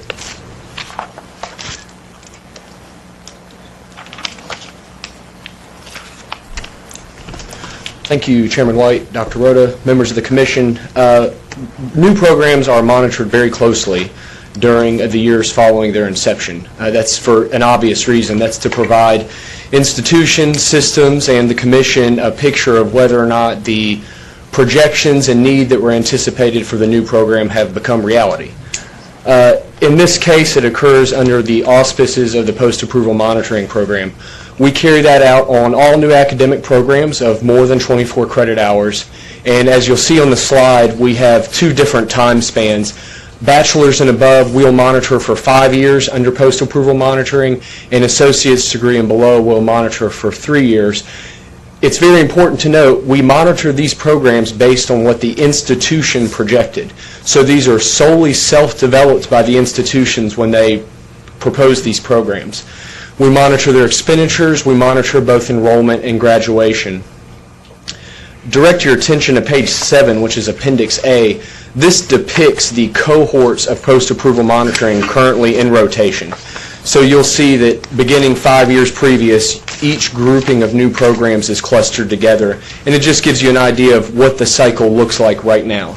Today, we will be discussing the bachelor's programs and above that were began in 2005, the associate's programs and below that began in 2007. There were 24 programs that concluded post-approval monitoring this year. Of those 24 programs, 7 in their final year of post-approval monitoring met both graduation and enrollment benchmarks.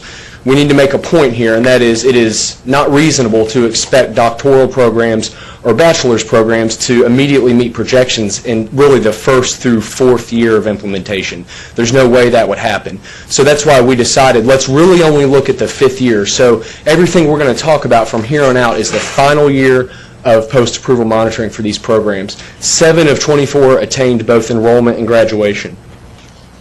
We had another category of 4 programs that attained one or the other. They either met their graduation or they met their enrollment benchmark. We felt it was important to distinguish these from programs that just didn't meet either because clearly they are trending towards success. And then finally, 13 of the 24 programs did not meet either enrollment or graduation projections during their final year of monitoring. Talk about the graduation projection specifically for a minute. Again, these are developed by institutions during the program proposal process, and the hope is by the 5th year that they're starting to produce enough graduates to have met those projections and also to meet the low producing standards that they will be measured against as a mature program. In this case, we had 8 programs of the 24 that attained graduation projections during their final year. However, 16 did not. An important note to insert here is that in almost all cases, the programs that didn't meet their graduation projections do have a sufficient number of students enrolled, so it looks like very near future they will be meeting those projections. That's an important caveat. Where we saw programs not meeting graduation, in most cases they were meeting enrollment. And so if they didn't hit it the 5th year, we do look for them to succeed next year. So we'll talk about enrollment more specifically because enrollment really serves, in my view, as the most important predictor of which way graduation is going to trend. And it was slightly more positive. In this case, actually, we had 11 of the programs of the 24 that have hit what they thought they would hit in their 5th year of enrollment. And then, of course, conversely, we had 13 that did not meet their enrollment projections. And so I direct you to Table 2, which really outlines the programs that it appears there is neither enrollment nor graduation success at this time. And the most troubling absence would be the lack of enrollment, because that tends to indicate that we're probably not going to meet graduation projections very soon either. There were only 5 programs of the 24.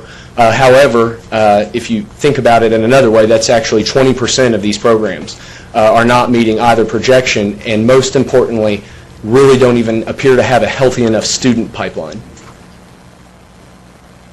So our takeaways from this, in most cases, the programs did not meet the projections that were developed by the institutions. And in 5 of 24 cases, they actually don't have a healthy enough pipeline to appears to sustain future growth. This is a really important issue, obviously, for resource allocation. When programs are proposed and it's predicted that certain numbers of graduates are going to be produced, as you all know, there are a myriad of decisions that now take place. We project this amount of facilities, this amount of library usage, and this amount of financial expenditures. So while these projections are absolutely tougher than the low-producing projections that will be used for mature programs, it is important to note that generally between the period of 2005 and 2010, the projections that were used to determine what the need for the program would be have not been accurate. The good news is we've recently revised the program proposal process. You'll recall at the January meeting. That process is more thorough. It includes probably a battery of resources that have not been previously available. The THEC UT supply and demand study, for instance, which is going to provide probably a very accurate empirical indicator of what programs are in demand. And in addition, the whole letter of intent process has a lot more inquiry embedded in it than was previously seen. So we do think that that is probably, as we go forward with new programs, going to allow institutions to give a little more deeper analysis of what the need is for the program. Are there any questions? Great. Thank you. Thank you. All right. Great update. Okay, we're now ready for, I guess, Dr. Deaton, if you'll come back up and talk with us about the governor's budget recommendations. Mr. Chairman, this morning we discussed in detail the governor's 11-12 budget recommendations. In summary, it includes 2% of an operating reduction for higher education, but with salary improvements and other items, there is a net increase in recurring dollars year to year. Targeted initiatives, particularly for removal of the hold harmless provision and mitigating the negative effects of that. There is no capital funding in the governor's budget, but there is recommended $54 million in maintenance money. Overall, in my opinion, it is a good budget. That assessment is conditioned on the austerity of the last few years, granted, but I think it is a good recommendation and is presented here just for information. Any questions? No, thank you. Appreciate it. We're now ready for our Gear Up status report. I think Ms. Katie Brock.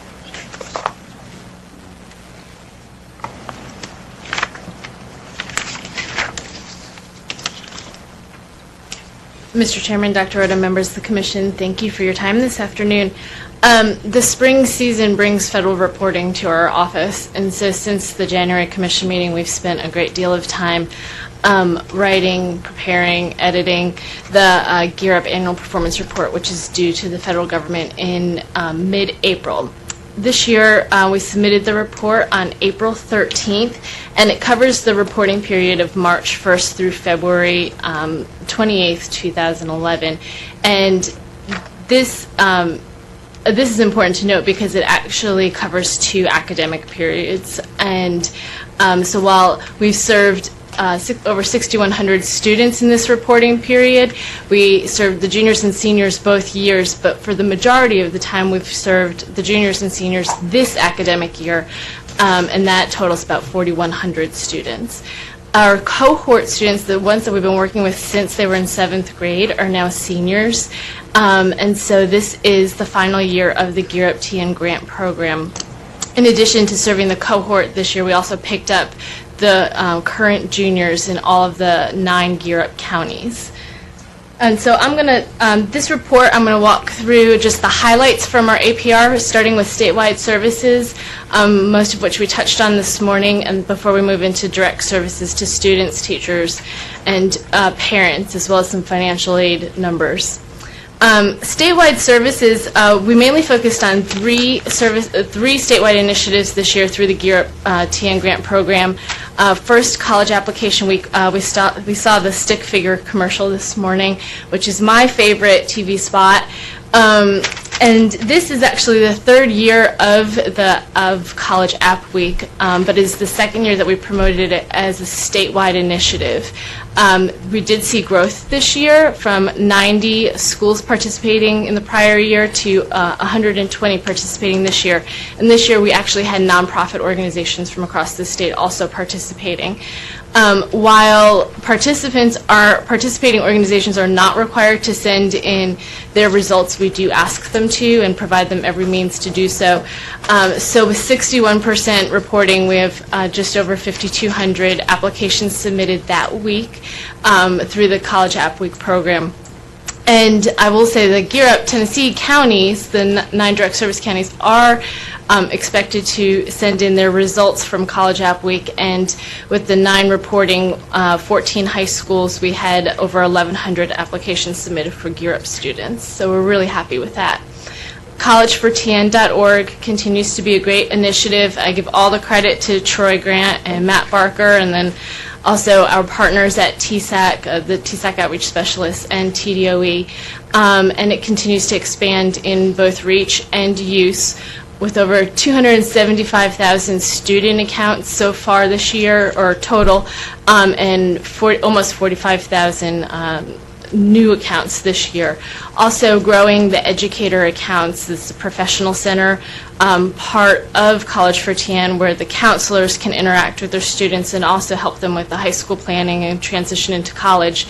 We have over 1,900 educator accounts currently on the resource. Wendy talked in great detail about the public outreach campaign earlier today, so I'm not going to go into much detail on that, but I do want to note the significant mark that the campaign has had on both our grant program and on the state in general. And this campaign is really, I mean, Wendy should be quite proud, because it's really being looked at as a model by other state college access programs. And Wendy fields calls very frequently from our peer states asking for help with commercials and information, and how did you do this and how did you do that. So it's quite impressive. In terms of our direct services to students, we were really happy with the increases that we saw in both participation and then participation in services, but also participation in advanced classes. Timely initiatives, juniors and seniors took great part in them, including financial aid and college application workshops. We had over a 20% increase of students participating in ACT prep. And so we're really looking forward to seeing getting the ACT data from fall 2010 and March 2011 to add to the ACT data that we received from last year's March 2010 test-taking date, where 542 of our cohort students scored over a 19, and 339 of them scored over a 21. So it'll be really interesting to see how many students took the test for the first time in the fall or spring this year, how many retook the test, and which ones retook the test, which students retook the test, and then, of course, what the results are. Overall, regarding advanced classes, we noted large increases in participation and enrollment, particularly in math, with 546 additional students taking advanced math classes in our counties, and that's quite an increase for us. And so we'll be one of the things that we track on the annual performance report is course completion, and that's something that we've been measuring since 2005 with our cohort students, and so once this academic year ends, we'll get the course completion data from our counties and finish our course completion chart, and we'll share that with you when we report when I share with you the final performance report. In regards to teachers, we also saw a great increase here, which is very nice and encouraging. And it really goes to how how the Gear Up TN program, college access and success programs in general, are becoming ingrained in our school districts. But 91% of our teachers, the junior and senior teachers, participated in Gear Up sponsored workshops. This is a 213 person increase over last year. We also had full participation from Gear Up, from high school counselors in the Gear Up counties. Hey, Kate. And the professional development, what specifically? What we counted in the professional development specifically is collegefortn.org trainings, the College Access and Success Conference, which we hold every fall, and the School Counselor Institute, which was held in partnership with Vanderbilt and the Department of Education last June. Parents continue to be a challenge to us, as I think they are to many college access and success programs, but again, similar to the students, we saw increases in the most timely of initiatives, financial aid workshops and college application workshops, and also face-to-face, one-on-one advising sessions. So that was really nice to see the interaction of the families and students with the school personnel. In terms of financial aid, as many of you know, we provide a Bridge Incentive Award to for students graduating from our high schools. This is a $750 award that is provided to these students over their first 2 consecutive semesters at a TELS eligible institution. Here's the breakdown of institutions that the class of 2010 Gear Up students have attended, and we know this by looking at the Bridge Incentive Award numbers. 693 students received the Bridge. It is a last dollar scholarship award. So this does not mean 693 students went to an institution in Tennessee or TELS eligible institution. That's how many received some sort of a Bridge award. And one number to note here, the 306 students attended at a community college. This is a 7% increase over the prior year, which is actually a rebound from the 6% decrease that we saw last year. So it was really interesting to see everything sort of even back out in terms of enrolling institutions. The Gear Up Scholarship is something that is, in addition to the Bridge Incentive Award, the Gear Up Scholarship is going to be available to our cohort students. So it will be a $1,000 award, and any student who ever participated as part of our cohort and graduates from a high school, enrolls in a Pell-eligible institution, will be eligible for this award. In the first year of the award distribution, every eligible student may receive the award. Following that, the award will be made on a first-come, first-served basis until the funds expire.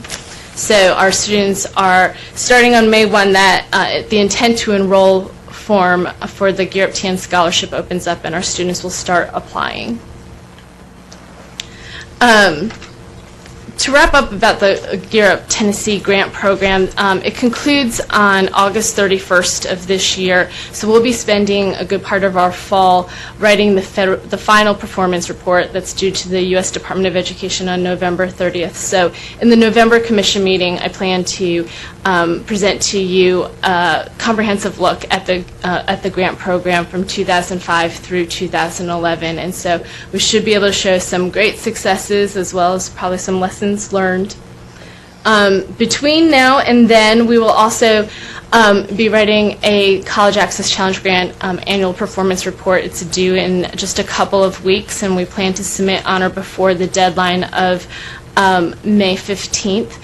We will also, hopefully, as if the grant competition opens up, be writing for the next Gear Up grant competition. This is supposed to be released in mid-May with a 30-day writing window, so we'll be hard at work at that. And then also between now and the next commission meeting, two of the big initiatives we have, one for the College Access Challenge Grant Mentor Corps, as we mentioned this morning, that program. We will be launching it on June 7th and 8th. At Nashville State Community College. And then in conjunction with the Mentor Corps launch, we are holding our final summit for the Gear Up TN Grant program. This is a sustainability summit for school leaders and community leaders from our Gear Up communities, and we're bringing down the Pritchard Committee from Kentucky to help to conduct a workshop on sustainability, parent engagement, and community engagement. And so we're really excited about those two initiatives, and I plan to update you more on those in the July meeting. And if anyone has any questions, that's all I have for today. Questions? No, thank you. Thank you so much. All right, we're now ready for our status report about Race to the Top. Trina Miller.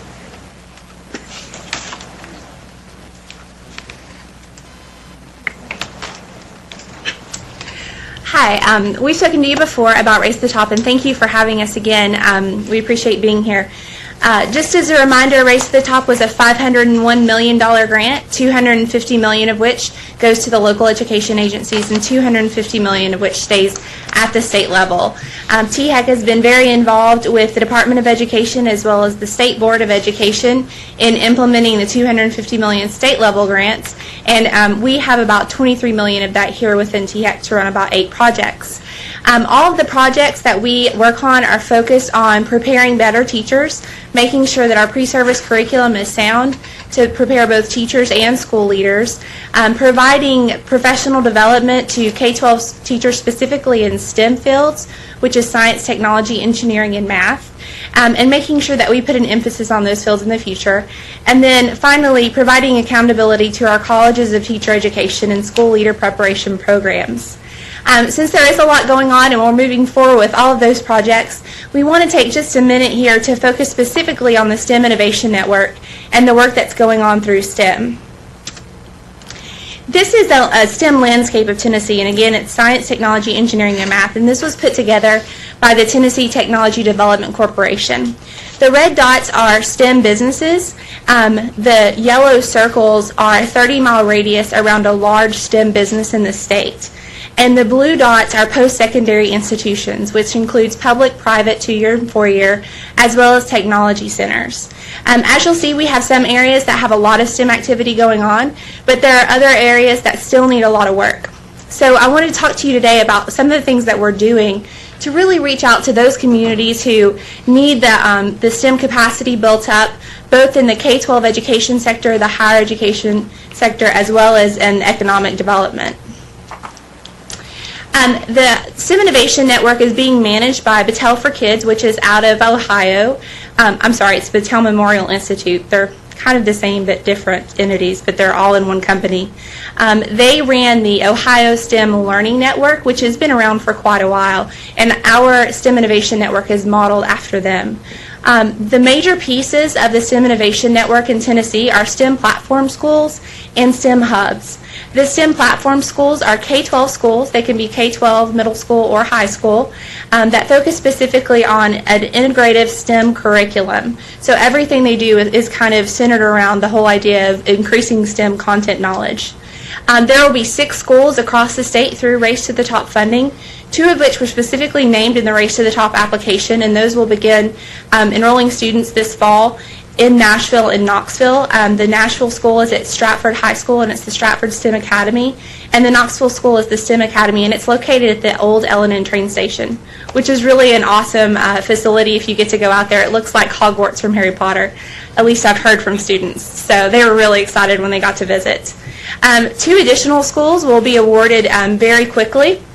There's going to be a statewide competition, and the RFP for that, the request for proposals, should be released sometime this spring, and guidance will be released. Those will be posted on our website as well as the Department of Education, and it will be sent out from the Battelle Memorial Institute. The final 2 schools, which will be a total of 6, the request for proposals for those will be released in fall 2011.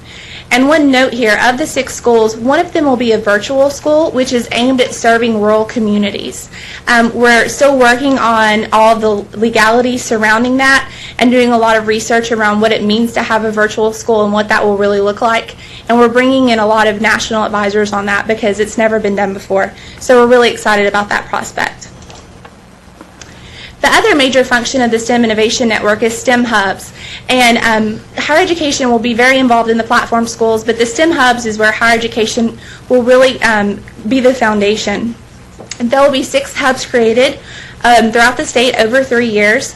2 hubs will be created in the first round, and the majority of the focus of the STEM Hubs in this first year will be to support the platform schools that have already been created. So the first request for proposals for hubs should go out this month or next, May, since it's almost the end of April. And they'll be located in or around Knoxville and Nashville. And the guidance will be released soon, and the request for proposals will be out in May or June. So please be on the lookout for those, especially those of you who are on campuses. We encourage you to apply for this. It's $1 million seed funding. The biggest aspect of the hubs, and what's really innovative about it, is it's a combination of all of the higher education institutions in that area, local school districts, as well as business and industry. We're very engaged with business and industry, and they're very excited about seeing what's going on with this. The next aspect of the STEM Innovation Network that is one of the first things to be rolled out is the STEM professional development. Higher education has the expertise and content and pedagogy to serve our K-12 STEM teachers. And as you all know, we've just passed new standards. And one of the things that we're finding is some of our teachers aren't prepared to teach to the level of those new standards, specifically in middle school. Very many middle school teachers will have a K-8 generalist license, which means they didn't get their degree in math or English or social studies, though they may be teaching our best students algebra in the 8th grade. So they really need help in strengthening their content knowledge and knowing how to teach those best and brightest students that are advanced in their education. So we're looking to higher education institutions to do that. We just released a proposal, and I'm going to let Wesley Hall, who is on our First to the Top staff, come and talk to you a little bit about what we're doing with this professional development opportunity. Well, I'm going to provide a brief update on the recently released RFP for STEM professional development. There's going to be 2 rounds of funding through Race to the Top. This is the first round. There's $2 million available in funding. We've received 36 proposals so far, and the proposals that are funded have the opportunity to receive at least $200,000 each. The primary objective for this program is to deliver high-quality, research-based STEM professional development to STEM K-12 teachers. This professional development directly aligns with the state's overall Race to the Top goals, and it's going to be the first step in creating a best practices warehouse of STEM professional development that's going to be run through the STEM Innovation Network and distributed statewide. A few key components of this STEM professional development we're proposing is it's going to foster strong partnerships where they may not have existed in the past between colleges of education, colleges of arts and sciences, local STEM businesses, and local school districts. This professional development also contains a strong evaluation component. We have partnered with a national evaluation expert, and she's going to help us evaluate the program selected to see what's most effective and what makes the biggest difference in improving instruction. And again, this is all going to be replicated statewide through the STEM Innovation Network, and all these things tied together to help us do that. If you have any questions about First to the Top or our STEM initiatives, we'd be glad to take those now. Questions? Thank you. Thank you. Exciting time. All right. Well, I guess, Will, you have all this extra time to give us your legislative report and talk about our conflict of interest. Mr. Chairman, I'm pleased to do what it is I do best, and that is get us back on schedule. So, first, on the legislative report, let me just quickly point out that it looks like both the education committees will be wrapping up their work this week.